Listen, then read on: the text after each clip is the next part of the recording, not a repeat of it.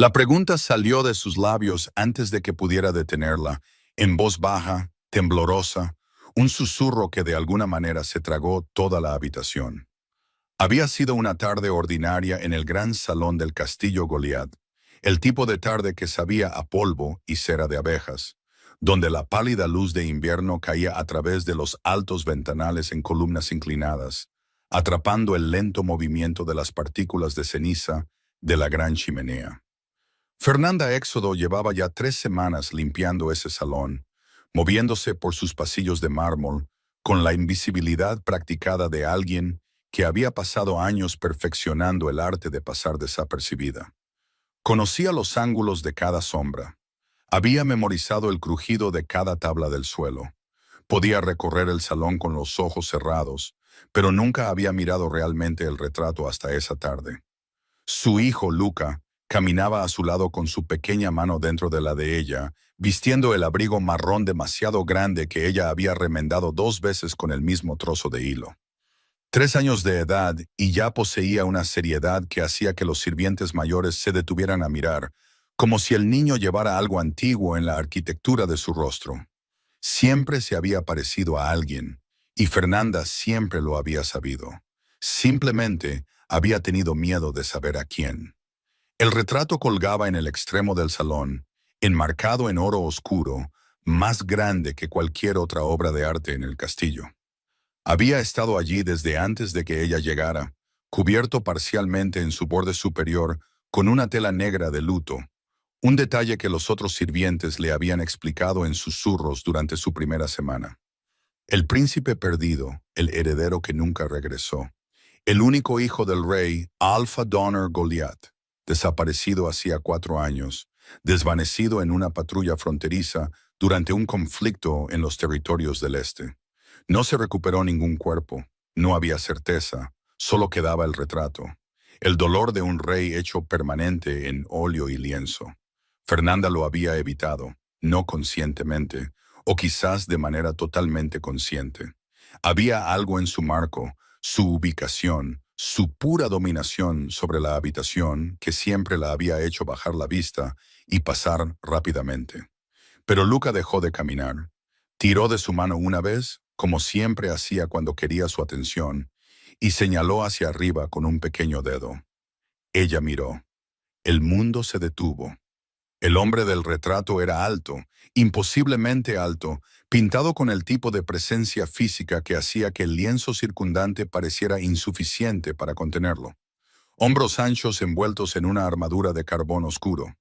Cabello negro que caía hasta sus hombros en pesadas ondas, enmarcando un rostro que era todo severidad y estructura. Una mandíbula fuerte oscurecida por una barba corta y precisa. Una frente que llevaba tormentas en su gesto.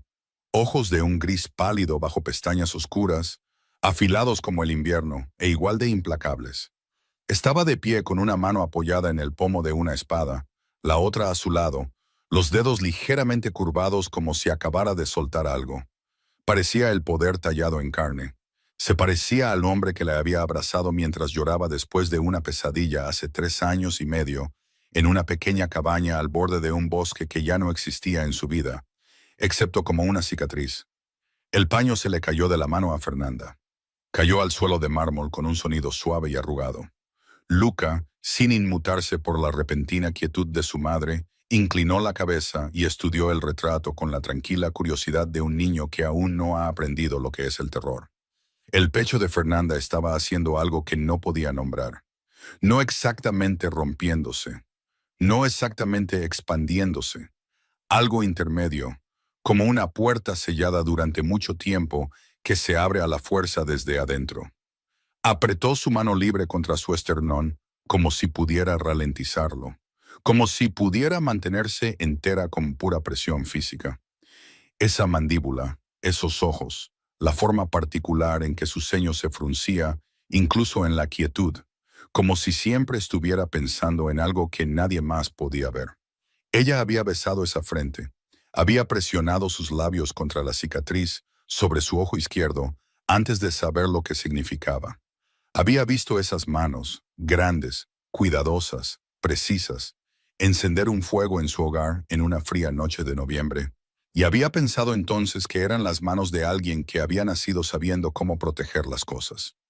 El sonido de pasos detrás de ella fue lo que rompió el silencio en su cuerpo. Se giró lentamente, todavía sosteniendo la mano de Luca, todavía temblando de esa manera particular que comienza en lo profundo del pecho en lugar de en las extremidades. El rey Alpha Donner Goliath entró en el salón con la autoridad sin prisa de un hombre que nunca ha necesitado justificar su presencia en ningún lugar. Tenía unos 60 años, de hombros anchos donde la edad no lo había disminuido, con plata entretejiendo un cabello que una vez había sido del mismo negro que el del hombre del retrato. La reina Kindra caminaba a su lado, su mano descansando ligeramente en su brazo. Una mujer cuya belleza era del tipo que la edad había refinado en lugar de borrar, sus ojos oscuros aún afilados, su postura aún llevando la memoria de la joven que había estado al lado de este hombre durante 40 años. Le seguían 2 consejeros y un guardia. Un paseo ordinario de tarde por el gran salón hasta que vieron a la sirvienta Omega de pie, inmóvil, junto al retrato. Su rostro blanco como el papel, su cabello blanco captando la luz del invierno, su pequeño hijo mirando entre su madre y la pintura con una expresión de pura e imperturbable curiosidad. Donner se detuvo. Kindra se detuvo. Fernanda se giró para enfrentarlos por completo. Su voz salió antes de que la estrategia, el miedo o la autopreservación pudieran intervenir. Cruda, sin filtros y temblando con 3 años de preguntas sin respuesta. Mi Alfa, ¿por qué el padre de mi hijo está en ese retrato? El silencio que siguió fue del tipo que cambia la forma de una habitación. Antes de continuar con la historia, quiero agradecer a todos los que apoyan el canal y aman nuestros romances de Reyes Alfa. Si disfrutas de este tipo de historias, por favor considera volverte miembro.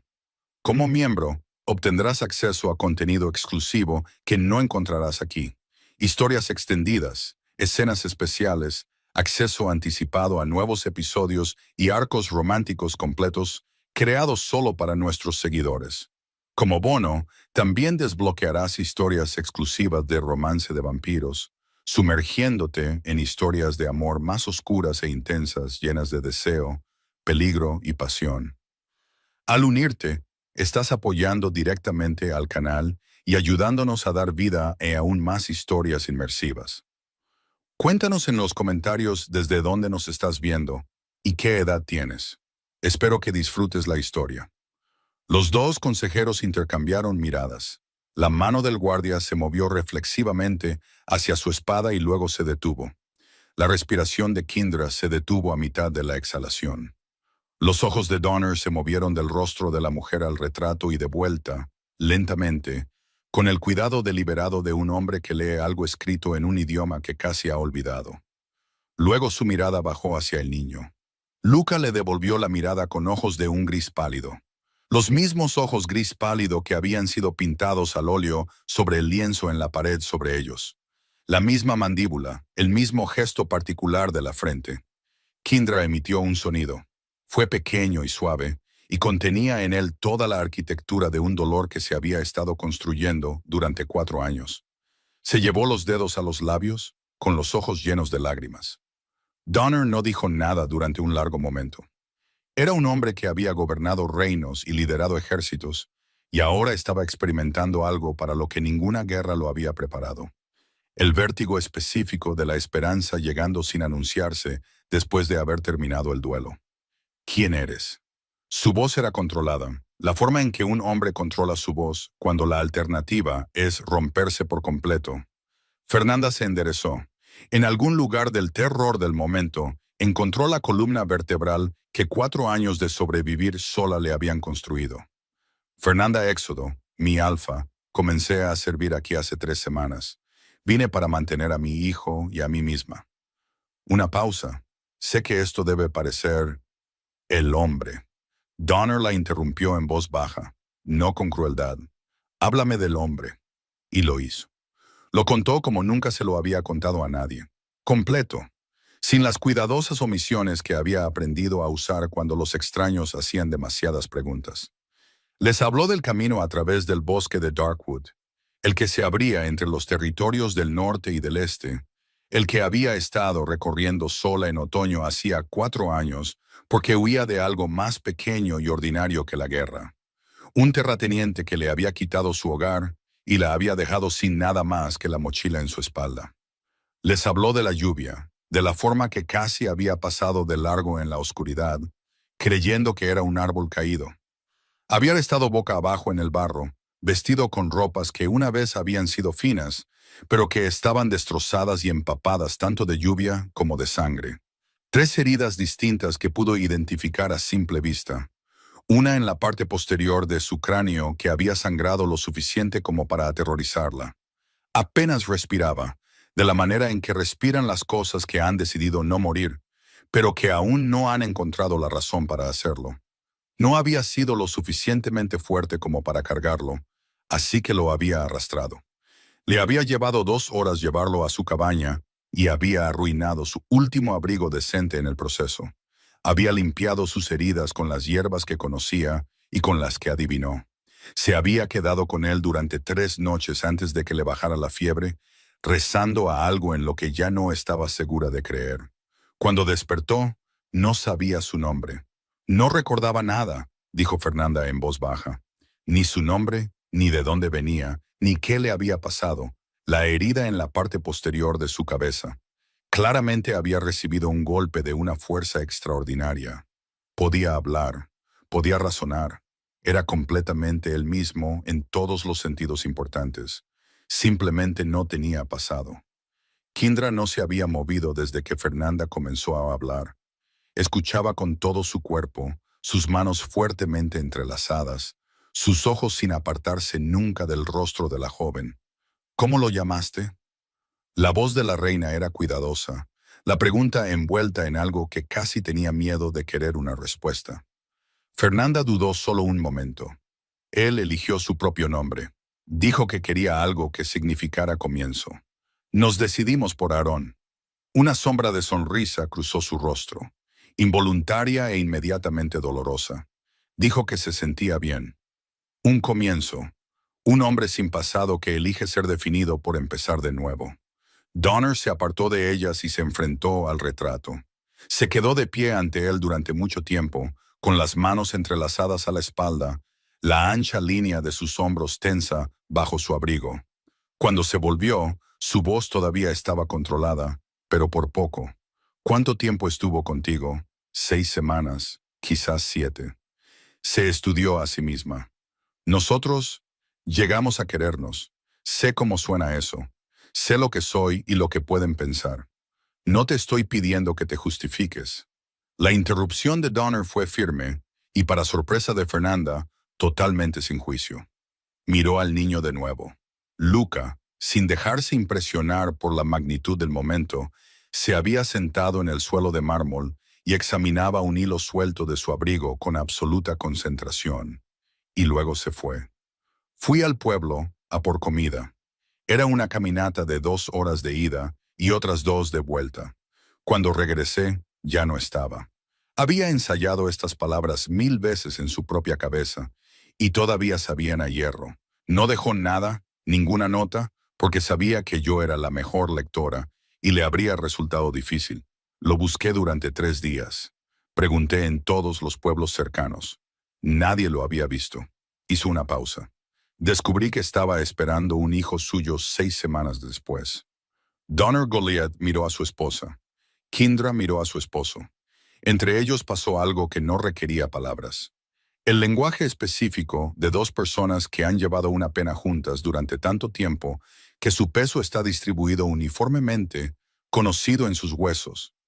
El retrato, dijo Kindra suavemente, y no era una pregunta, pero contenía una. Se parece a él. La voz de Fernanda se quebró en la última palabra por primera vez. Apretó los labios, se recompuso y continuó. Los ojos, el rostro, la forma en que frunce el ceño. Llevo 3 años diciéndome a mí misma que lo estaba imaginando, que Lucas simplemente me recordaba a un hombre que extrañaba. Pero esto gesticuló impotente hacia la pintura. No estoy imaginando esto. Nadie en la habitación sugirió que lo estuviera. Donner se acercó al niño en el suelo. Se agachó. Este hombre enorme, este rey, plegándose al nivel de un niño de 3 años, con una seriedad que llenó la habitación. Luca lo miró sin miedo. Los niños rara vez temían a Donner Goliath, un hecho que siempre había desconcertado a sus consejeros y calentado su corazón. ¿Cuál es su nombre? Luca. El rey estudió el rostro del niño a la pálida luz del invierno con una expresión que ya había superado el control. Su mandíbula estaba apretada, sus ojos brillaban. ¿Qué edad tiene? Cumplirá 4 en primavera. Las matemáticas eran simples y devastadoras. Donner se levantó lentamente, sus rodillas quejándose como las de un hombre de su edad, y se enderezó a su altura completa. Cuando se volvió para mirar a Fernanda de nuevo, algo en su expresión había cambiado. Algo vasto y doliente se había movido, no desaparecido, sino reorganizado alrededor del marco de algo nuevo. Tu hijo tiene los ojos del linaje Goliat. Dijo, cada varón nacido en esta familia durante 6 generaciones ha tenido esos ojos. Mi hijo los tenía. Mi padre y su padre antes que él. Hizo una pausa. No los he visto en 4 años. Fernanda apretó la mano con más fuerza contra su pecho. No estaba llorando. Se negaba a llorar. Todavía no. No aquí. No hasta que entendiera lo que todo esto significaba. Entonces él realmente es... Todavía no sé dónde está mi hijo, dijo Donner con cuidado. Y la palabra todavía fue la sílaba más importante de la frase. Lo que sé es que me has dado la primera razón en 4 años para creer que pudo haber estado vivo mucho después de que lo creyéramos perdido. Se ajustó el abrigo y, bajo el gesto, ella pudo ver la deliberada recuperación de la compostura. Permanecerás aquí. No serás tratada como una sirvienta. No mientras averiguamos qué pasó. Tú y tu hijo tendréis aposentos adecuados y cuidados adecuados. Y comenzaré de inmediato a averiguar la verdad. Kindra dio un paso adelante e hizo algo que Fernanda pasaría años después sin poder describir adecuadamente. Tomó ambas manos de Fernanda entre las suyas, la miró con la mirada directa e inquebrantable de una mujer que había superado cosas que habrían destruido a personas menores, y dijo simplemente, gracias por cuidarlo cuando nadie más estaba allí. Las lágrimas que Fernanda se había negado a derramar finalmente llegaron. No intentó detenerlas. En el suelo, entre ellas, Luca había terminado de examinar su hilo y miró a la reina con esos extraordinarios ojos grises y le ofreció su botón suelto como si fuera un regalo. Kindra se rió. Fue un sonido que ninguno de los consejeros en la habitación había escuchado en 4 años, y todos se quedaron quietos. La investigación comenzó esa misma noche. Donner Goliath no gobernaba como los hombres que habían heredado su poder. Gobernaba como los hombres que se lo habían ganado, y la diferencia era evidente en la velocidad y precisión con que su corte se movía cuando daba una orden. En cuestión de horas, la red de inteligencia del castillo se había activado. Los mensajeros partieron antes de la medianoche. Se sacaron registros antiguos de los archivos, informes de patrullas fronterizas de 4 años antes, testimonios que nunca se habían reconciliado por completo, inteligencia que se había recopilado y archivado y nunca concluido del todo. A Fernanda le dieron habitaciones en el ala este, lejos de los aposentos de los sirvientes, y pasó esa primera noche sentada junto a la forma dormida de Luca, con una mano apoyada en su pequeño pecho, escuchando su respiración tranquila e intentando comprender en qué se había convertido su mundo. Había crecido en los asentamientos exteriores de un territorio menor, hija de una madre herbolaria que había muerto cuando Fernanda tenía 12 años, y un padre que no se quedó mucho tiempo después. Había aprendido a ser autosuficiente de la misma manera que la gente aprende a nadar cuando alguien los arroja a aguas profundas, por desesperación y la falta de voluntad para ahogarse. Había trabajado en campos, cocinas y enfermerías. Había desarrollado el tipo de competencia que desde fuera parece simplicidad. Todas sus capacidades las llevaba pegadas al cuerpo, sin publicitarlas. Nunca había esperado terminar en un castillo. Ciertamente, nunca esperó ser la mujer en el centro de la búsqueda de un rey. Y sin embargo, aquí estaba, en una habitación con un fuego real, y una cama real. Su hijo dormía a salvo por primera vez en semanas sin los sonidos del dormitorio de los sirvientes a su alrededor. Y en algún lugar de este vasto castillo, la maquinaria de la voluntad de un rey se movía en nombre de la tranquila historia de amor que ella había mantenido encerrada dentro de sí misma durante 3 años.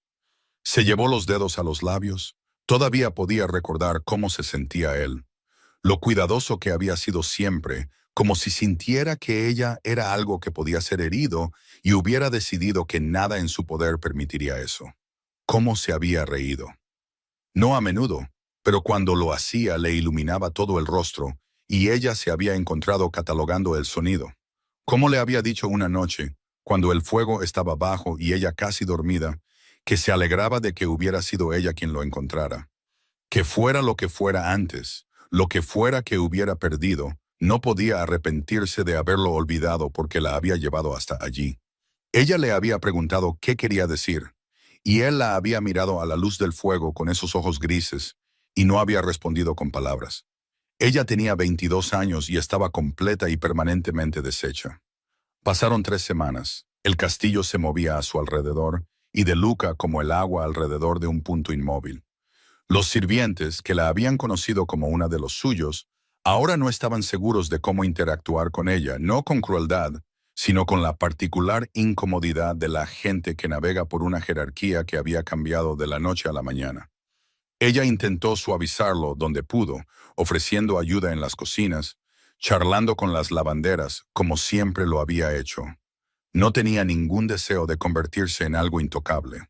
Había pasado demasiado tiempo siendo ordinaria para fingir comodidad en la elevación. Luca se adaptó a la vida del castillo con la facilidad filosófica de un niño para quien todos los entornos son igualmente nuevos e interesantes. Desarrolló un apego particular por la cocinera jefe del castillo, una mujer de vientre redondo llamada Susta, que le daba pasteles de miel con el entusiasmo de alguien que había esperado toda su vida para mimar a un niño.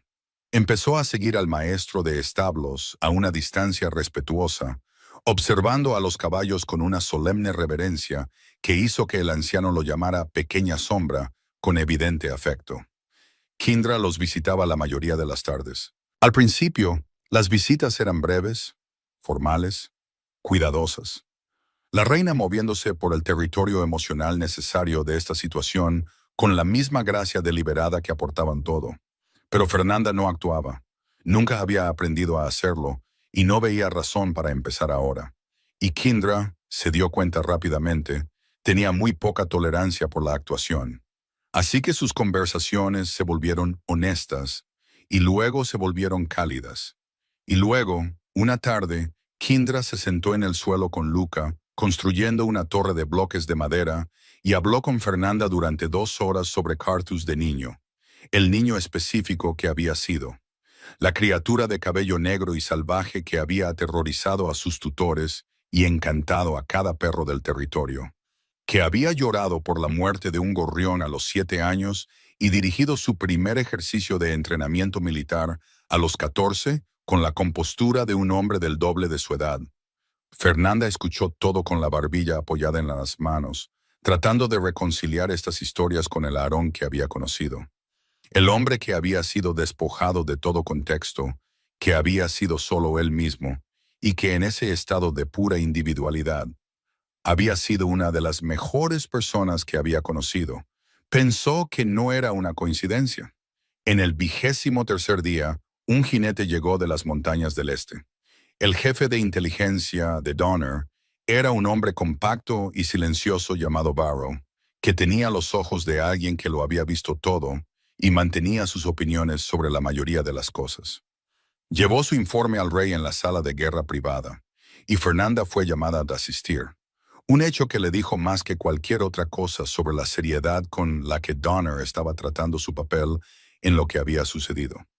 El príncipe está vivo. Varro lo dijo claramente, de la manera en que los hombres de su profesión entregan las noticias más extraordinarias, sin inflexión, porque la inflexión hacía que la gente dejara de escuchar. Kindra emitió un sonido como algo liberado. Donner dejó el documento que sostenía con el cuidado lento de un hombre que necesitaba no moverse demasiado rápido, o podría romper algo dentro de sí mismo. Fernanda se sentó muy quieta en su silla. Está retenido en las montañas Vard.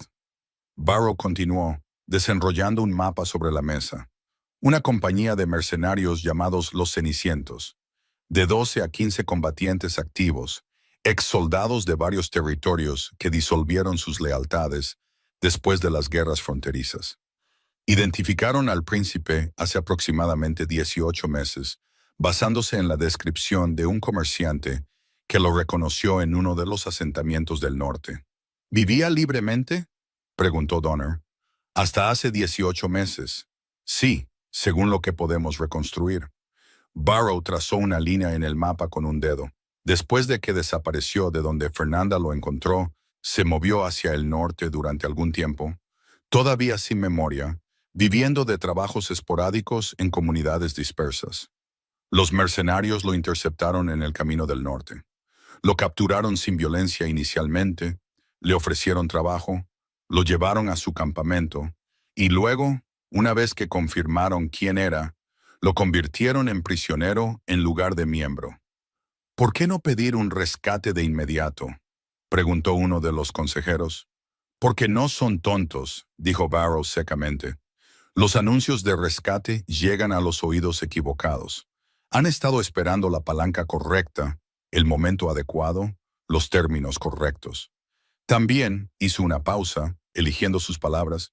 Lo han mantenido en una condición que mantiene la cooperación, no tortura, control, suficiente aislamiento y suficiente manejo de sus circunstancias para que permanezca contenido. La palabra manejo cayó en la habitación como una piedra en agua quieta. La expresión de Donner se había vuelto muy silenciosa, del tipo de silencio que precede a las cosas. Su memoria. Fernanda se escuchó decir, ¿la ha recuperado? Barrow la miró. Nuestra fuente dentro de los Cenicientos, una joven que entrega suministros a su campamento, informa que hace aproximadamente un año, el príncipe comenzó a mostrar conciencia de su identidad. La recuperación parece haber sido gradual. Sabe quién es, sabe dónde está, no sabe. El oficial de inteligencia hizo una pausa. ¿Que usted existe?, le dijo a Fernanda. ¿O que tiene un hijo? La habitación procesó esto. ¿Cuándo?, preguntó Donner, y la palabra lo significaba todo. Necesitamos 10 días para posicionar nuestras fuerzas correctamente. El campamento de los Cenicientos se encuentra en un valle con una entrada principal y 2 salidas secundarias. Un asalto directo pone en riesgo al príncipe. Necesitamos entrar en silencio, por etapas, deshabilitando sus fuerzas perimetrales antes de que puedan usarlo como palanca. Barrow miró a su rey. Recomendaría que la operación comience en 9 días, cuando la luna esté por debajo de la línea de la montaña y tengamos la oscuridad de nuestro lado. Donner Goliath se puso de pie. Era un hombre grande, no tan alto como su hijo, pero más ancho, construido por décadas de guerra, en algo que parecía diseñado para la resistencia en lugar de la velocidad. Cuando se puso de pie en toda su altura en esa habitación, la ocupó de la misma manera que las montañas ocupan los horizontes. 9 días, dijo. Organízalo. Los 9 días pasaron con el peso específico del tiempo que sabe que lleva algo. Fernanda los vivió en un estado que no podía clasificar del todo. No esperanza, no miedo, sino algo que contenía ambos. Una suspensión que hacía que los momentos ordinarios se sintieran preciosos e irreales a la vez. Notó cosas que de otro modo habría ignorado. La forma en que la luz de la mañana entraba en su habitación en una sola barra dorada que se movía por el suelo a medida que cambiaba la hora. El sonido de la risa de Luca en la cocina de abajo. Los patrones de escarcha en el cristal de su ventana. El silencio particular de un castillo que contiene la respiración. Pensó en lo que diría. Ensayó conversaciones en su cabeza y las abandonó todas por insuficientes. Pensó en la posibilidad de que él no la recordara, que la recuperación gradual de su identidad quizás hubiera sobrescrito los recuerdos particulares de la cabaña y la luz del fuego y las 6 semanas que habían habitado juntos. Pensó en lo que significaría volver a encontrarlo como un extraño, presentarse a un hombre que la miraba sin reconocimiento. Pensó en Luca y dejó de ensayar. Pasara lo que pasara, el niño era real. El niño era el hecho de todo.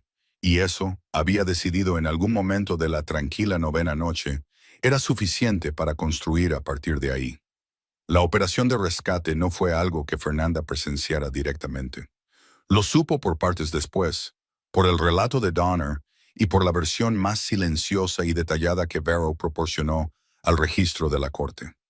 Le habían pedido que permaneciera en el castillo, una petición que había aceptado sin discutir. Entendía la sabiduría de ello, incluso cuando todo en ella quería desobedecer. Donner había cabalgado con sus mejores hombres, no tantos como podría haber llevado en una situación diferente.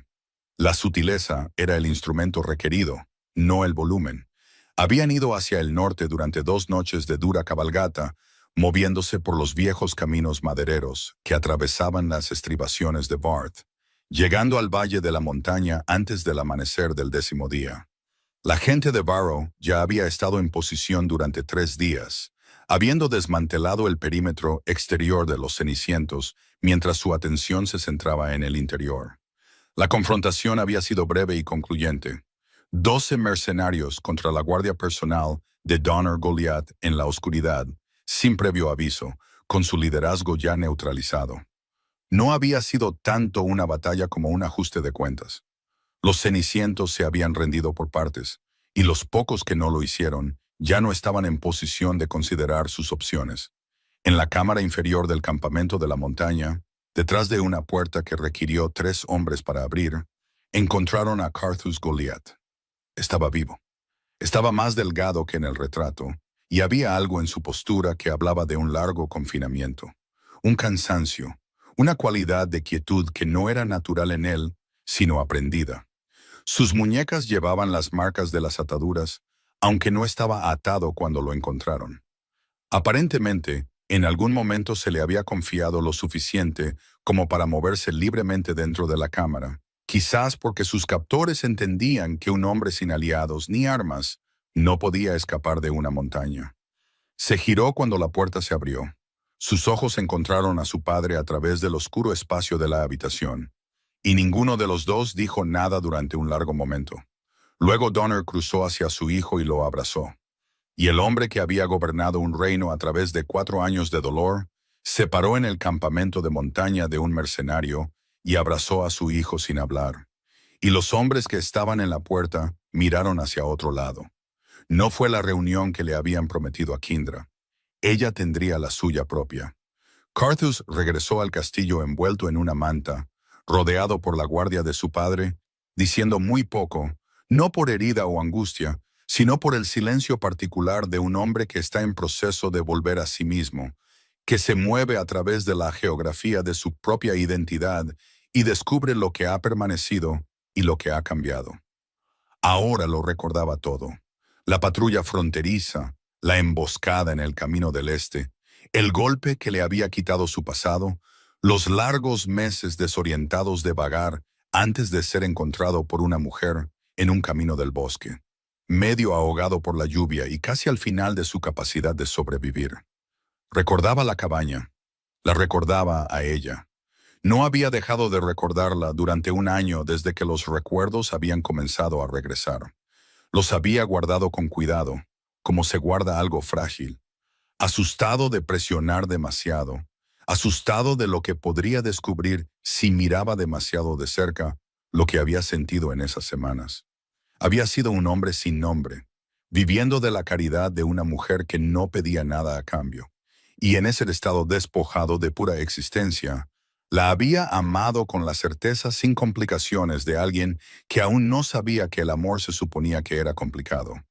Se había ido sin avisar porque una mañana, solo en el bosque recogiendo leña, un fragmento de sí mismo había regresado. Un destello de memoria tan vívido y específico que se había quedado en los árboles durante 1 hora después, temblando, un nombre, un rango, una responsabilidad, y debajo de ello, la terrible comprensión de que no era quien ella creía que era, que debía respuestas a personas que ni siquiera sabían que estaba vivo, que quedarse, continuar viviendo esa pequeña, cálida y prestada vida era una elección que no tenía derecho a hacer mientras otros sufrían. Se había dicho a sí mismo que encontraría el camino de regreso. Lo había creído completamente. No había entendido lo que el camino de regreso realmente costaría. No sabía, mientras cabalgaba hacia el castillo en la primera luz gris de la mañana, que ella estaba dentro. El gran salón estaba iluminado contra la oscuridad de la madrugada cuando Cartus llegó. Antorchas en sus soportes de hierro, el olor a humo de leña y el frío que se aferraba a la piedra en invierno.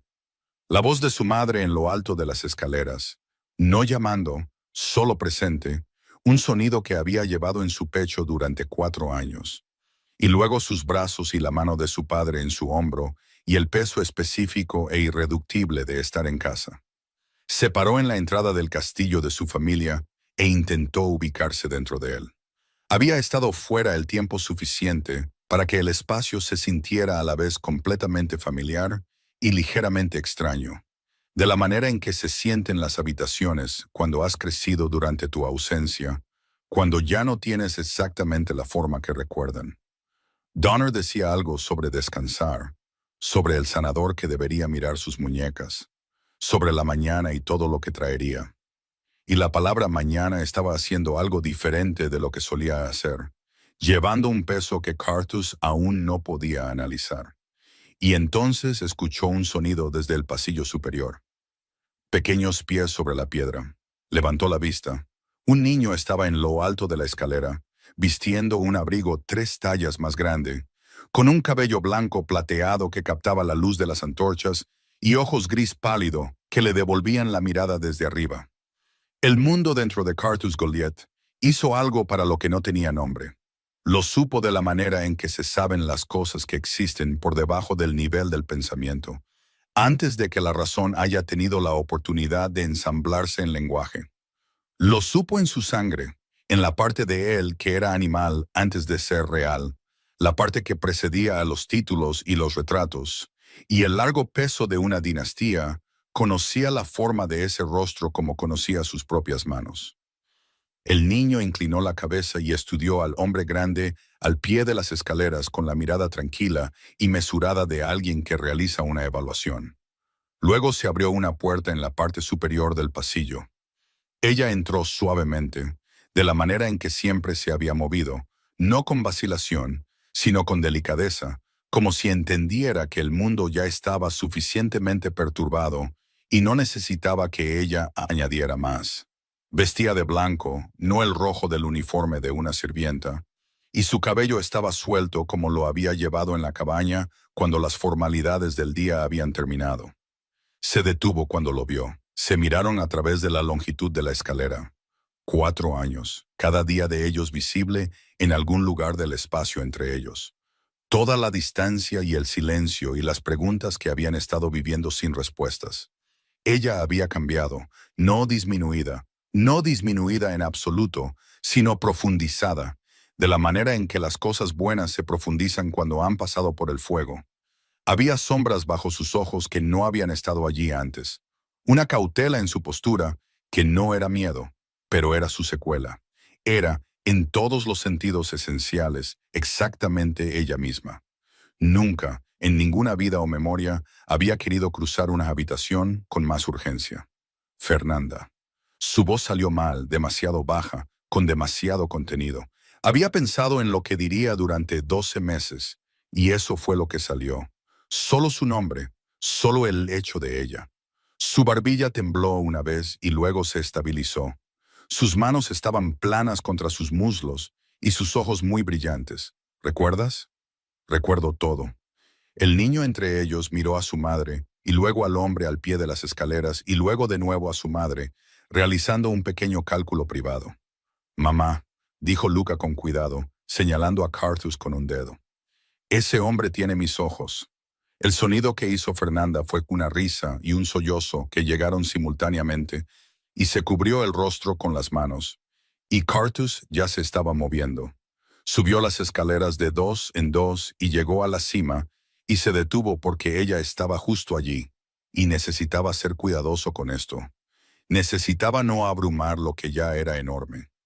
Se paró frente a ella, lo suficientemente cerca como para alcanzarla, y la miró a la luz de las antorchas y aún no la tocó. Me fui sin decírtelo, dijo en voz baja. Sé lo que eso costó. Sé lo que debiste. Se detuvo. Intentó de nuevo. No hay nada que pueda decir al respecto que sea adecuado. Ella lo miró durante un largo momento. Afuera, el amanecer comenzaba su lenta llegada, el primer gris filtrándose en el cielo sobre los muros del castillo. No estuvo de acuerdo. No lo hay. Voy a pasar el resto de mi vida.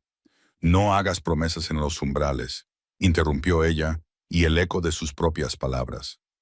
Algo que él le había dicho una vez en la cabaña cuando ella le había pedido que prometiera que se mantendría bien, lo golpeó con una fuerza que lo hizo tambalearse.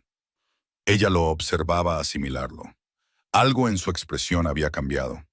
No más suave exactamente, pero menos defendida, como si el hecho de que él recordara sus palabras exactas fuera evidencia de algo que ella necesitaba verificar. Carthus miró al niño a su lado. Luca no se había movido.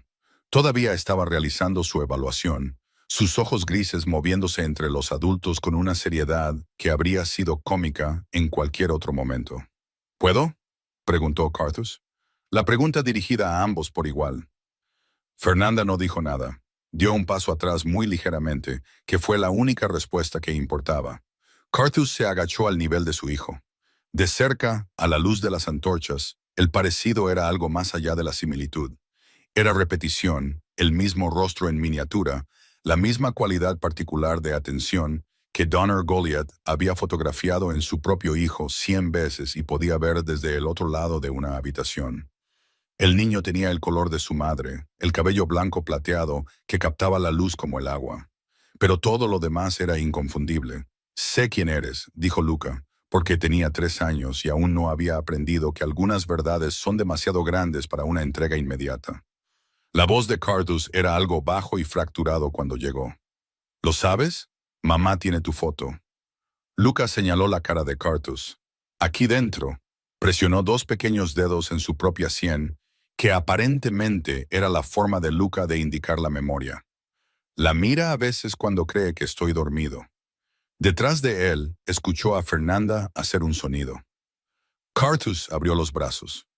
Luca consideró esto durante aproximadamente un segundo muy largo, en el que todo lo que importaba estaba en suspenso, y luego caminó hacia ellos. El príncipe de la línea Goliath, que había liderado ejércitos y gobernado fronteras, y sobrevivido a 4 años de pérdida y cautiverio, se arrodilló en el suelo de piedra del castillo de su familia y abrazó a su hijo por primera vez. Y el mundo que había estado fracturado durante 4 años comenzó, a la manera de las cosas fracturadas que han esperado lo suficiente, a encontrar sus costuras. Los días que siguieron no fueron fáciles. Estaban demasiado llenos para ser fáciles, demasiado densamente poblados de emoción y ajuste, y la particular complicación de construir algo real en las ruinas de algo que casi había sido destruido. Carthus se curó lentamente. No su cuerpo. Su cuerpo era eficiente de la manera en que su cuerpo siempre lo había sido, recomponiéndose con la velocidad que molestaba a sus sanadores porque les daba menos tiempo para preocuparse. La otra curación fue más lenta, menos legible, más importante. Pasó mucho tiempo con su padre en la sala de guerra, no planeando estrategias, sino sentado. Donner había aprendido en los años de ausencia de su hijo el valor particular de la presencia sobre el habla. Se sentaban en lados opuestos de la larga mesa con un vino que ninguno de los dos bebía, y hablaban en incrementos sobre lo que había sucedido, cada conversación avanzando un poco más en el territorio que ninguno había podido alcanzar antes. Pasó tiempo con su madre. Kindra siempre había conocido a su hijo mejor de lo que él se conocía a sí mismo, y esto seguía siendo cierto. No le pidió que se explicara o que se recuperara más rápido de lo que lo hacía. Se sentaba con él por las mañanas cuando se despertaba temprano y no podía dormir, y le preparaba té, y le contaba historias sobre el castillo durante los años que se había perdido. Pequeñas historias, historias domésticas, del tipo que reconstruyen la textura de una vida. Le dijo que la puerta este había sido reparada y ahora cerraba correctamente por primera vez en una década. Le dijo que la cocinera finalmente había entrenado a un asistente adecuado y había dejado de aterrorizar al personal de la cocina. Le dijo que el invierno había sido inusualmente suave. No le dijo con qué frecuencia se había parado frente a su retrato y le había hablado, porque algunas cosas son para la privacidad del dolor de una madre y no necesitan ser dichas en voz alta. Con Fernanda fue más complicado y más esencial. No eran en esas primeras semanas las personas que habían sido en la cabaña, y eso era apropiado. La cabaña había sido un universo suspendido particular, fuera del tiempo y las consecuencias, donde un hombre sin pasado y una mujer sin futuro se habían encontrado en medio de un vasto presente. Esto era diferente. Este era el mundo con todas sus dimensiones. Esto era quienes eran realmente. Él era un príncipe, un heredero, un hombre cuyo regreso había reconfigurado el panorama político de un reino. Tenía deberes, obligaciones, una corte que lo observaba todo, un papel público que era a la vez armadura y jaula. Estaba aprendiendo a ser él mismo de nuevo. No el hombre antes de la amnesia, no el hombre en la cabaña, sino el hombre que contenía todos esos yos y los llevaba adelante. Ella era una mujer que había criado a un hijo sola durante 3 años con orgullo, herbolaria y una negativa inquebrantable a pedir algo que no se hubiera ganado. Era inteligente de la manera en que la gente se vuelve inteligente cuando nadie les enseña formalmente, a través de la práctica, el error, leyendo todo lo disponible en condiciones de poca luz. Era terca con la terquedad específica de alguien que ha tenido que ser su propio argumento durante tanto tiempo, que ha olvidado lo que se siente al estar de acuerdo con ella. Ambos, a su manera, todavía estaban aprendiendo que no tenían que hacerlo todos solos. Él fue a buscarla al jardín de hierbas del castillo en una tarde fría, 3 semanas después de su regreso, porque había notado que ella iba allí cuando necesitaba pensar, y él necesitaba hablar con ella en un lugar donde ninguno de los dos estuviera actuando para nadie. El jardín estaba inactivo, la mayor parte desnudo y marrón bajo la mano del invierno. Pero su estructura permanecía, los senderos de piedra, los bancales elevados, la vieja puerta de hierro que daba al patio este. Fernanda estaba de pie en el extremo más alejado con los brazos cruzados sobre el pecho, su cabello blanco suelto y moviéndose ligeramente con el viento, mirando los bancales desnudos con una expresión que él reconoció. Era la expresión que ponía cuando estaba resolviendo algo que aún no había descubierto. Él se acercó y se paró a su lado, no demasiado cerca.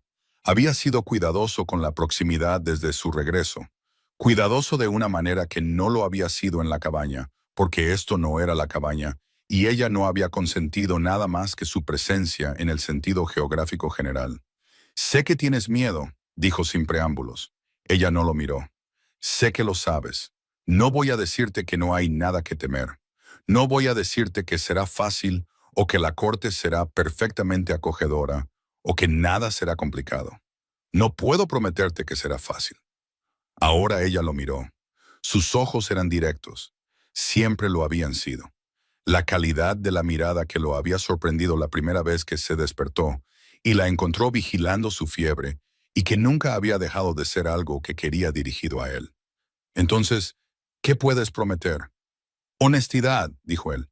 «Te prometí honestidad una vez en la cabaña y luego me fui sin explicación porque pensé que te estaba protegiendo. Estaba equivocado. He pensado en eso todos los días durante un año», hizo una pausa. «Nunca más tomaré una decisión que te afecte sin decirte por qué». Ella guardó silencio por un momento. El viento se movía a través del jardín muerto a su alrededor. El sonido particular del invierno en un lugar que ha olvidado que eventualmente será primavera. «Dijiste que te fuiste porque recordaste quién eras», dijo ella con cuidado. «Porque tenías una responsabilidad». «Sí». «Y no volviste porque te capturaron». «Sí». «Y antes de que te capturaran, se detuvo, comenzó de nuevo». «¿Estabas buscando una manera de volver con nosotros?» Él la miró fijamente. Todos los días. La respiración que ella tomó fue lenta y deliberada. Del tipo que hace un doble trabajo, moviendo aire y moviendo algo más pesado. Se volvió hacia el jardín desnudo y guardó silencio por otro momento. «Construí una vida», dijo ella. «La construí de la nada, y es mía. Sé cómo llevarla, no sé cómo ser. Gesticuló, un pequeño movimiento frustrado que abarcaba el castillo detrás de ellos. La magnitud de todo ello, llevada, hizo un sonido de acuerdo que también era un sonido de resistencia. No tienes que serlo, dijo él. No te estoy pidiendo que dejes tu vida. Te estoy preguntando si hay espacio en ella para lo que ya está allí. Lo que ya estaba allí antes de que ninguno de los dos entendiera lo que era. Ella se volvió para mirarlo de nuevo. Él esperó. Había cosas sobre Carthus Goliath que el mundo veía y cosas que el mundo no. El mundo veía al príncipe, los hombros anchos y el cabello negro, y el rostro que estaba diseñado arquitectónicamente para comunicar autoridad. Veía la zancada y el porte, y la forma en que una habitación cambiaba cuando él entraba. Veía la espada en su cadera y la orden en su voz cuando la emitía. La cualidad particular de quietud en él que contenía más peligro que el movimiento en otros hombres. El mundo veía al guerrero, al heredero, al príncipe de hierro, como habían comenzado a llamarlo de nuevo, el nombre que había circulado por la corte en los días posteriores a su regreso como algo recuperado del almacén. Lo que el mundo no veía era la forma en que miraba a su hijo, la específica y silenciosa atención con la que seguía los movimientos de Luca por una habitación, el ablandamiento involuntario de todo lo severo en su rostro cuando el niño reía. La noche que ella había observado desde el umbral del pasillo, mientras Carthus le leía a Luca de un libro de mapas ilustrados, el niño sentado completamente al abrigo del enorme cuerpo del hombre, y el cuidado absoluto con el que ese brazo se curvaba alrededor del pequeño cuerpo. No posesivamente, no dramáticamente, sino a la manera de algo completamente seguro de su propósito. El mundo no veía la forma en que se movía cuando ella tenía frío, sin llamar la atención, sin convertirlo en un gesto que requiriera reconocimiento, simplemente asegurándose de que ya no tuviera frío. Una capa transferida entre manos, una puerta cerrada, un fuego encendido antes de que ella lo pidiera. El mundo no veía lo que ella vio en el jardín esa tarde. El hombre debajo del príncipe, despojado de todos sus títulos y su corte, y la particular actuación de poder que usaba en público, de pie en un jardín muerto, tratando de decirle algo verdadero. Ella había pasado un año construyéndolo a partir de la memoria. Había pensado a veces, en la parte cuidadosa y honesta de sí misma, que el hombre en su memoria era inevitablemente mejor que la realidad, que el dolor y el anhelo lo habían pulido hasta convertirlo en algo que ningún hombre real podría igualar. Se había equivocado. Hay espacio, dijo ella. Su exhalación no fue del todo visible, pero ella la escuchó. Una larga y lenta liberación de algo contenido. Él no se movió hacia ella, simplemente dijo, bien, y la palabra lo contenía todo. La primavera llegó temprano al territorio de Goliath ese año, o eso decían los jardineros, aunque Fernanda sospechaba que estaban ejerciendo un grado de licencia poética. Ciertamente había azafranes para la cuarta semana del nuevo año, lo cual era más temprano de lo habitual. Pequeñas llamas púrpuras que brotaban del suelo endurecido por la helada en los jardines del castillo, el tipo de vista que hace que la gente diga cosas sobre la esperanza sin querer. Luca encontró el primero él mismo y se lo llevó a su madre con la gravedad de un niño que entrega noticias importantes. La corte se había estado ajustando. No había sido uniformemente amable al respecto. Las cortes rara vez lo son cuando el orden establecido es revisado por la llegada de una mujer omega sin linaje y un niño pequeño, y la afirmación, aunque tácita, de que una vez amó al príncipe perdido en una cabaña del bosque. Había habido murmullos en los pasillos a los que Fernanda era mayormente inmune, habiendo desarrollado un excelente oído periférico y una relación filosófica con las opiniones de otras personas. Había habido resistencias más formales de consejeros que tenían razones políticas para preferir un tipo diferente de pareja para el heredero. Donner Goliath había abordado estas resistencias en una sola sesión de su consejo asesor que había durado aproximadamente 20 minutos, después de lo cual no se registró ninguna otra resistencia formal. Kindra había adoptado un enfoque diferente. Simplemente había hecho visible a Fernanda. La había invitado a sentarse a la mesa, a asistir a funciones de la corte. a ser vista junto a la reina en contextos donde ser visto junto a la reina significaba algo. No como un proyecto o una declaración, sino porque a Kindra genuinamente le gustaba. Y Kindra había sido reina el tiempo suficiente para saber que la forma más rápida de normalizar algo es comportarse como si ya lo fuera. La gente del castillo se había adaptado de manera más orgánica, que era siempre la forma con los sirvientes y la gente común. Observaban el comportamiento real con más cuidado que la nobleza. Y lo que observaron fue a una joven que trabajaba duro, hablaba con honestidad, amaba a su hijo sin actuar y trataba a todos por igual sin importar el rango. Observaron a Carthus, regresado y alterado, y claramente todavía encontrando su camino, volviéndose visiblemente más él mismo en su presencia. Observaron a Luca, que había distribuido sus afectos por todo el personal del castillo, con alegre imparcialidad y ya era amado. La gente se encariñaba con lo que era real. Eso, Fernanda había aprendido, era lo más confiable de la naturaleza humana. Hubo una tarde a principios de primavera, cuando Cartus la encontró en la biblioteca. Había estado leyendo de verdad, con el placer concentrado de alguien que había pasado la mayor parte de su vida con libros prestados y nunca suficiente tiempo para leerlos. La biblioteca del castillo era algo cuya existencia aún no había procesado por completo. 3 habitaciones de estanterías del suelo al techo, buena luz de las ventanas orientadas al sur, sillones lo suficientemente profundos como para desaparecer en ellos. Entró en silencio, lo cual era característico de él. A pesar de su magnitud física, se movía sin anunciarse, con la gracia particular de alguien entrenado para acercarse sin previo aviso.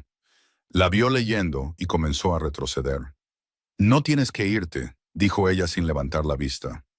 Entró entonces, tomó el sillón frente al de ella y recogió un mapa de la mesa auxiliar. No porque quisiera leerlo, sospechaba ella, sino porque necesitaba algo que hacer con las manos.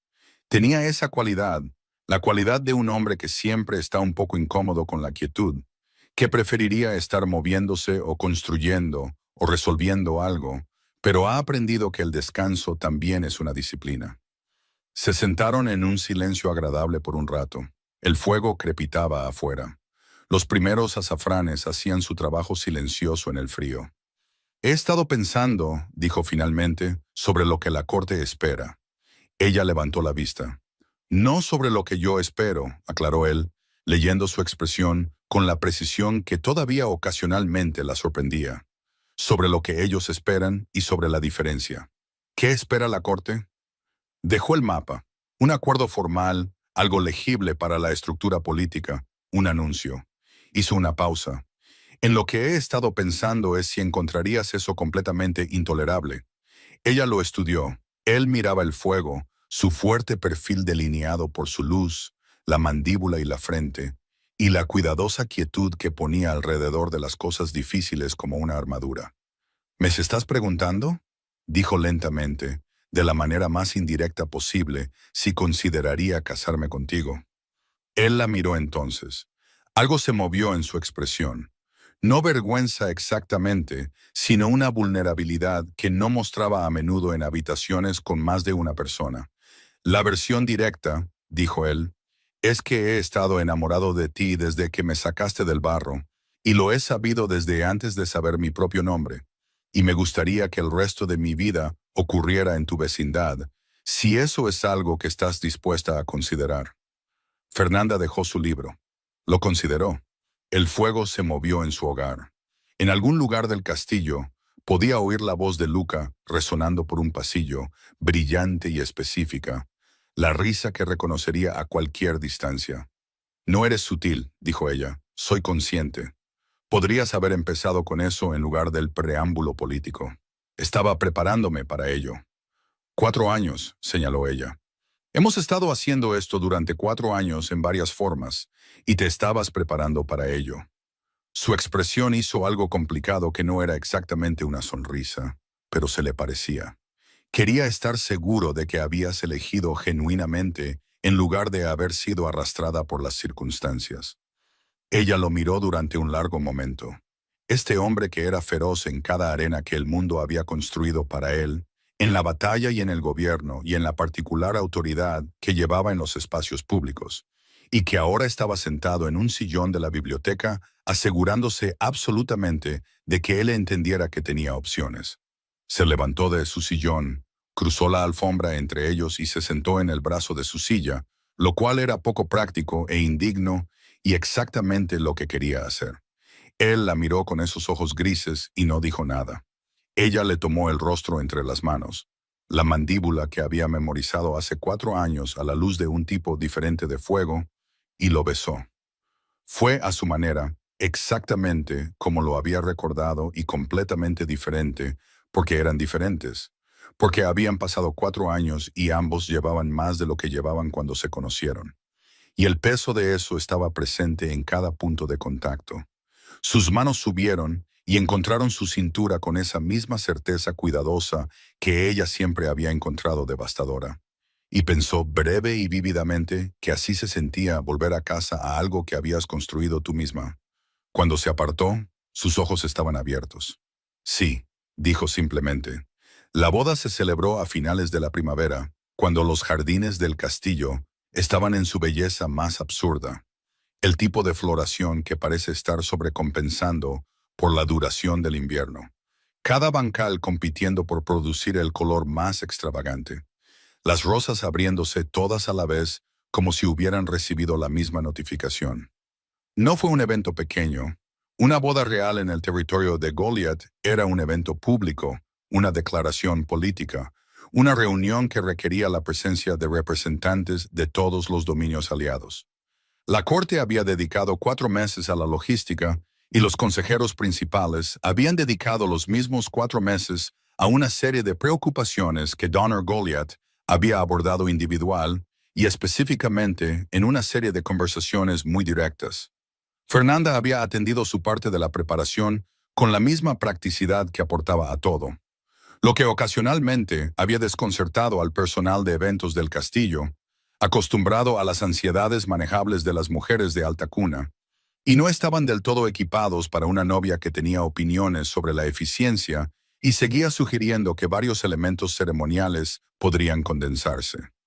Kindra, a quien esto le parecía completamente encantador, la había redirigido suavemente en varias ocasiones. En la mañana de la boda, Fernanda se sentó en la habitación que dejaría por última vez esa tarde y se miró en el espejo e intentó localizar lo que sentía bajo el impulso de la mañana. Llevaba un vestido de marfil. Kindra había seleccionado la tela y Fernanda había cedido, en parte porque confiaba en el juicio de la reina y en parte porque la alternativa era pasar semanas inmersa en la logística de los vestidos formales, lo cual no quería. El resultado fue algo que lograba ser a la vez simple y magnífico. Seda de marfil sin ornamentación, cortada de una manera que no parecía intentar parecerse a nada más que a sí misma. Luca, vestido con un abrigo formal en miniatura que ya intentaba quitarse, se paró a su lado en el espejo. «Mamá se ve diferente», anunció. «Diferente para bien o diferente para mal». Consideró esto con el rigor filosófico de un niño de 4 años recién cumplidos. Como el castillo en el día del festival, decidió. Cuando ponen las luces. Ella se rió. Lo rodeó con sus brazos y presionó su rostro en su cabello blanco plateado, y respiró por un momento de la manera en que siempre lo había respirado a él, el olor específico de su hijo, su ancla, la cosa que había sido más real que cualquier otra cosa durante 3 años. «¿Estás lista?», la voz de Kindra desde la puerta. Fernanda se enderezó. Se miró una vez más en el espejo. La mujer de marfil, el cabello blanco suelto por última vez antes de que le pusieran la corona, los ojos oscuros que habían visto lo suficiente como para saber la diferencia entre el miedo y la anticipación. Estaba lista. El gran salón había sido transformado. La tela negra de luto que había adornado el retrato de Cartus había desaparecido. El retrato en sí permanecía. Siempre permanecería. Un registro de un momento particular en la vida de esta familia, pero ya no era un memorial, era simplemente una imagen de un hombre que aún vivía, que estaba abajo esperando a su novia, que había pasado la mañana caminando de un lado a otro del patio mientras su padre observaba con diversión mal disimulada. Y su madre le decía que dejara de hacer un camino en las piedras. Cuando las puertas se abrieron y Fernanda entró, Carthus dejó de caminar. Estaba de pie al frente del salón, con la quietud particular que desplegaba cuando manejaba algo grande, vestido de negro y oro oscuro, su largo cabello recogido, el uniforme formal de su rango, haciendo lo que estaba diseñado para hacer, y siendo completamente insuficiente para contener lo que había debajo. La vio recorrer el salón, y algo en su rostro estaba completamente desprotegido por primera vez desde su regreso. Toda la cuidadosa gestión de su expresión simplemente ausente, como los muros desaparecen en los terremotos, no destruidos, simplemente irrelevantes. Luca caminaba junto a su madre, sosteniendo su mano, también vestido de negro y oro oscuro, su expresión de profunda concentración en la tarea de caminar lenta y formalmente, lo cual era contrario a sus instintos. Cuando llegaron al frente del salón, Luca soltó la mano de su madre y fue a pararse junto a Carthus con el movimiento decidido de alguien que toma su posición. Carthus lo miró y le ofreció su propia mano sin comentarios, y el niño la tomó y el salón respiró. La ceremonia se pronunció en la forma antigua, las palabras vinculantes de la línea Goliat, que eran largas y hermosas, y que Fernanda le había pedido a Kindra que le tradujera 3 semanas antes, para poder entender a qué se estaba comprometiendo. Las había encontrado exhaustivas y precisas, y las había aprobado. Cuando llegó su parte, habló con claridad. La acústica del gran salón era buena. Su voz no tembló. La voz de Carthus tampoco tembló, pero sus manos, cuando le puso el anillo en el dedo, no estaban del todo firmes, y ella lo notó, y fue el detalle que recordaría más vívidamente de todo. Este hombre feroz y contenido, deshecho por la ceremonia particular de elegirla. Hubo un momento cerca del final en que el salón se quedó completamente en silencio. Ese silencio específico de respiración contenida que una gran sala de personas puede producir cuando algo real está sucediendo dentro. El oficiante acababa de terminar de hablar. Carthus y Fernanda se miraban de la manera en que dos personas que han llegado a algún lugar después de un viaje muy largo, tomando la medida de la distancia recorrida. Luca, que había estado de pie muy bien durante 4 minutos completos, eligió este momento para susurrar con el susurro audible de un niño que no entiende la diferencia entre susurrar y ser audible. «Papá, ¿cuándo es la parte de la comida?» El salón se rió. Todo él, todo a la vez, el tipo de risa que libera algo. La tensión particular de una ceremonia que ha estado cargada de significado, encontrando su dimensión humana de nuevo en la pregunta de un niño.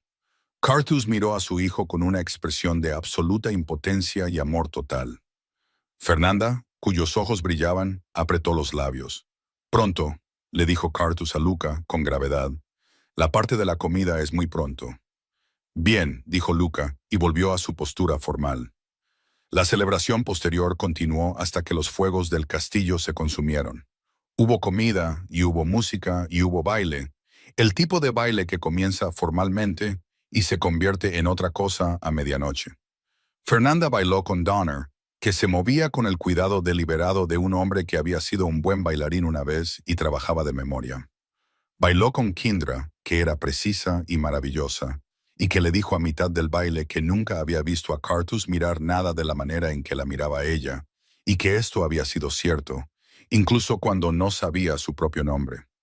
Bailó con Carthus durante mucho tiempo en medio de la noche, cuando la música formal había dado paso a los ritmos más lentos y simples en los que caían los músicos cuando tocaban para sí mismos. Se movían juntos de la manera en que se mueven las personas que conocen los cuerpos del otro. No perfectamente, pero honestamente, con los pequeños ajustes de la proximidad familiar. «¿Cómo te sientes?», dijo él contra su cabello. Ella consideró la pregunta. Fuera de las altas ventanas del castillo, la noche de primavera era clara, del tipo de claridad que hace que las estrellas parezcan lo suficientemente cercanas como para tocarlas. Dentro, los fuegos y las velas lo hacían todo dorado. Como el final de algo, dijo ella, y luego, como el principio. Él se apartó lo suficiente como para mirarla a la cara. Ella le devolvió la mirada. Ambos, dijo él, ambos, estuvo de acuerdo ella. Luca ya estaba dormido a esa hora, transportado a sus nuevas habitaciones por Susta, la cocinera, que se había hecho cargo de él con la autoridad de alguien que ha estado esperando toda la noche el permiso. Durmió el sueño profundo y sin complicaciones de un niño que ha comido hasta saciarse y ha sido universalmente adorado en una habitación que era cálida y segura y ahora permanentemente su hogar. En los años que siguieron, el castillo Goliath fue el tipo de lugar donde los visitantes notaban que había algo particular en su atmósfera, una calidad de vida que era diferente de otras cortes reales, menos formal, más habitada. Los invitados lo comentaban y no siempre podían explicarlo. Donner Goliath sonreía cuando lo decían, la sonrisa de un hombre que sabe exactamente a qué se refieren. Carthus se convirtió con el tiempo en el gobernante que su familia lo había criado para ser y el hombre en que sus experiencias lo habían moldeado, y la combinación fue algo inusual. Era conocido en los territorios vecinos por ser directo y justo, por la calidad particular de sus decisiones que parecían surgir de una consideración de las consecuencias que iba más allá de lo político. Era conocido entre su propia gente por estar presente de una manera en que los príncipes no siempre lo estaban, por caminar él mismo por las fronteras orientales, por sentarse en la corte del mercado sin una guardia completa, por el hecho de que la gente común no lo encontraba aterrador. No era un hombre blando. Nadie que lo conociera habría usado esa palabra. Había hierro en él, genuino y profundo, y había sido probado suficientes veces en suficientes circunstancias como para que nadie se confundiera sobre lo que era. Cuando el territorio fue amenazado, y fue amenazado 2 veces en los años siguientes a su regreso, fue inequívoco. Los hombres que probaron las fronteras del dominio de Goliath en esos años encontraron la consecuencia total de su error de cálculo, y los territorios a su alrededor tomaron nota. Pero la ferocidad que el mundo observaba en él era algo que se mantenía separado, contenido, desplegado donde se requería y luego dejado de lado. Su gente nunca sintió su peso, su familia nunca sintió su filo. Volvía a casa de la manera en que la gente vuelve a casa cuando el hogar es lo que casi perdieron, con la gratitud particular que hace preciosas las tardes ordinarias, que hace que la luz a través de la ventana al final del día se vea diferente a como la ven las personas que nunca han tenido que prescindir de ella. Volvía a casa con Fernanda, que generalmente estaba en medio de algo. El jardín de hierbas que había reclamado y expandido, o la correspondencia que había iniciado con sanadores en 3 territorios, o una conversación en la cocina con Susta, que llevaba 2 horas y duraría otra hora más, independientemente de que la cena se estuviera preparando nominalmente, o simplemente leyendo en la biblioteca, en el sillón que ahora era permanentemente suyo. Volvía a casa con Luca, que creció con la inevitabilidad específica de un niño que ha tenido exactamente la combinación correcta de amor y libertad, feroz, curioso y amable, de ojos grises y serio, a la manera de los hombres Goliath, pero con una calidez que era de su madre, la risa que llegaba de repente y le abría todo el rostro. Volvía a casa al sonido del castillo vivo a su alrededor, el sonido específico de un lugar habitado por personas que están bien, la acústica particular de la felicidad ordinaria. También hubo tiempos más difíciles, años que no fueron sencillos, decisiones que costaron algo, pérdidas que no se podían discutir.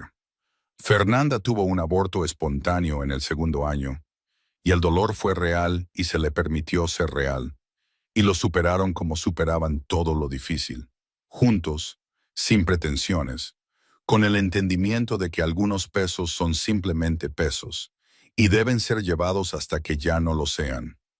Después vino una hija, Mera, nacida en primavera con el cabello blanco de su madre y los ojos grises de su padre, y una personalidad que se dio a conocer desde las primeras horas, obstinada y clara. Luca tenía 5 años cuando ella llegó y abordó la situación con la gravedad de un niño que ha aceptado una responsabilidad, lo que hizo que todos los que lo presenciaron se rieran y sintieran algo demasiado grande para la risa. Donner sostuvo a su nieta en la misma habitación donde había visto por primera vez los ojos de su nieto, y Kindra se paró a su lado con la mano en su brazo, y ninguno de los dos dijo nada durante mucho tiempo. Algunas cosas no requieren lenguaje.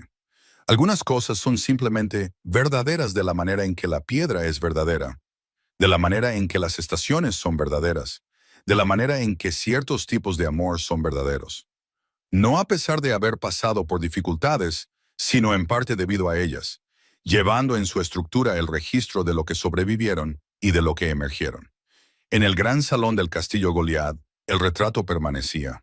Había sido completamente restaurado después de que se quitara la tela de luto, limpiado, reenmarcado, devuelto a la dignidad de su ubicación original. El hombre en él miraba el salón con esos ojos grises, una mano en su espada, la otra a su lado, atrapado en un momento particular de su vida que no era ni principio ni fin, sino simplemente un punto en el hecho continuo de él. Luca, a los 5, a los 7, a los 10 años, se detenía ocasionalmente a estudiarlo. Tenía este hábito de mirar el retrato y luego mirar a su padre y luego de nuevo al retrato, a la manera de alguien que comprueba una referencia. A Cartus le divertía y nunca le preguntó qué buscaba. Una tarde, cuando Luca tenía 7 años, preguntó directamente al respecto. No sobre el retrato, sino sobre su origen, sobre cómo había llegado a estar allí, sobre el camino en el bosque y la mujer que había sacado a un hombre de la lluvia y lo había mantenido vivo y lo había amado sin saber quién era. Fernanda le contó la historia. No una versión para niños, no algo simplificado, sino la versión real con todas sus lagunas y sus miedos, y sus 4 años de silencio en la mañana en el gran salón, cuando había mirado un retrato y hecho una pregunta que lo cambió todo. Luca escuchó con una cualidad particular de atención que había heredado de ambos padres, completa y quieta. Nada en él en otro lugar. Cuando ella terminó, él guardó silencio por un momento. Luego dijo, «Fuiste valiente». Fernanda miró a su hijo a la luz de la tarde. «Solo fui honesta», dijo ella. «Pregunté lo que necesitaba saber».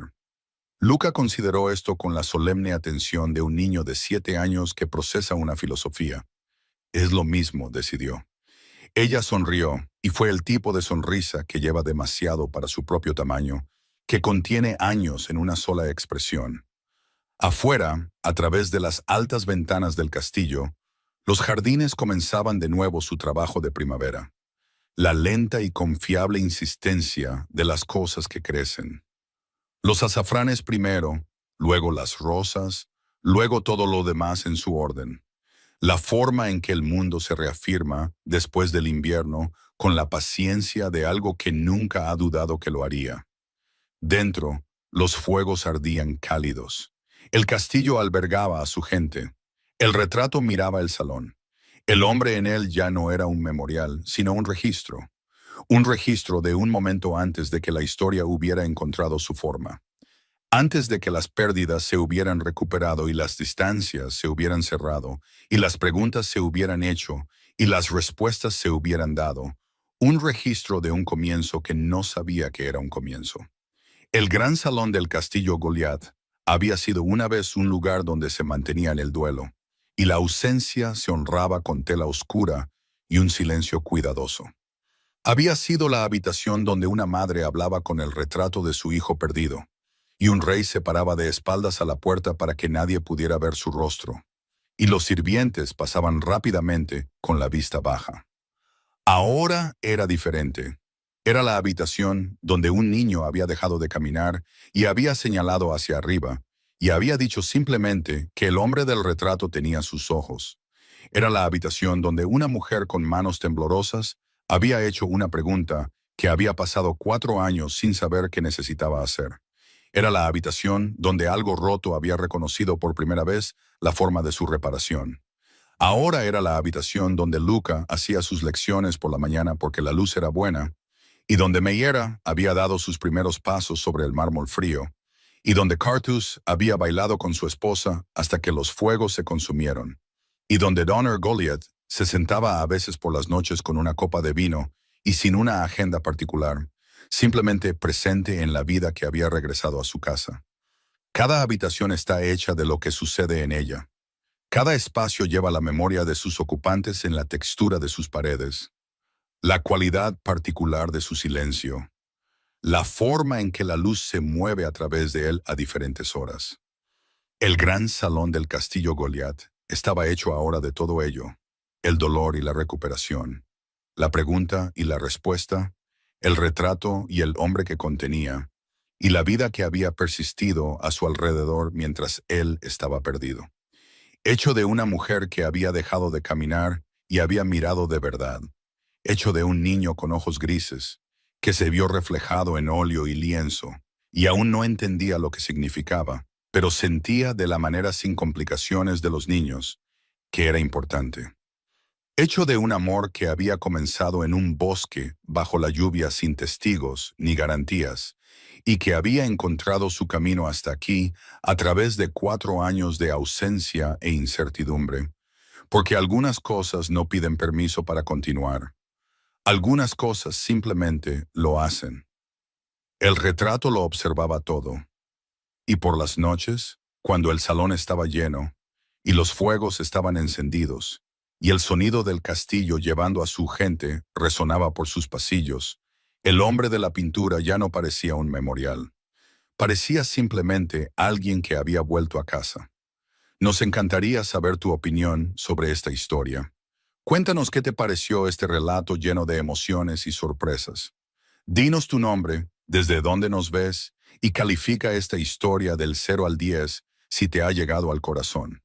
Y si te ha gustado la trama, no olvides dejar un me gusta y suscribirte al canal para no perderte las increíbles nuevas historias que están por llegar. Nos vemos en la próxima.